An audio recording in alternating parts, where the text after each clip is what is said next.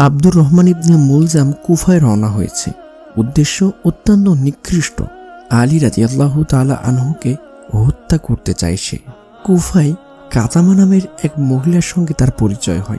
আলীর বিরুদ্ধে যুদ্ধ করতে গিয়ে মারা পড়েছে মহিলার বাবা, ভাই, চাচা ও স্বামী। খারেজি সম্প্রদায়ের এই মহিলা তাই আলীর উপর ভীষণ ক্ষিপ্ত। যে করেই হোক আপনজন হত্যার প্রতিশোধ নিতে হবে। একই কারণে ইবনে মুলজামও ক্ষুব্ধ।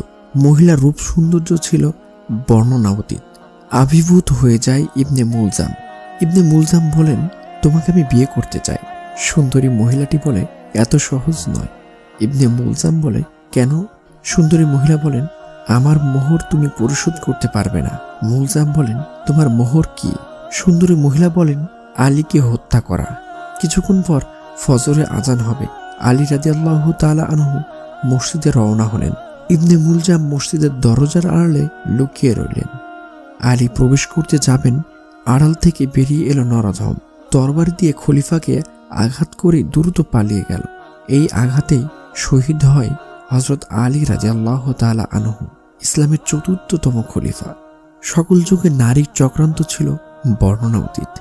সেটা বর্তমান 2024 সাল হোক কিংবা সেটা পূর্ববর্তী যত সালই হোক না কেন, ইতিহাস লক্ষ্য করলে বোঝা যায় সকল যুগের সর্বোচ্চ পর্যায়ে নারীর বেহায়া, নারীর চক্রান্তই মানুষ এবং মানব জাতিকে ধ্বংস করেছে। এই জন্য নারীর চক্র থেকে আমাদেরকে হেফাজত থাকতে হবে এবং নারী চক্র থেকে আমাদেরকে বের হয়ে আসতে হবে।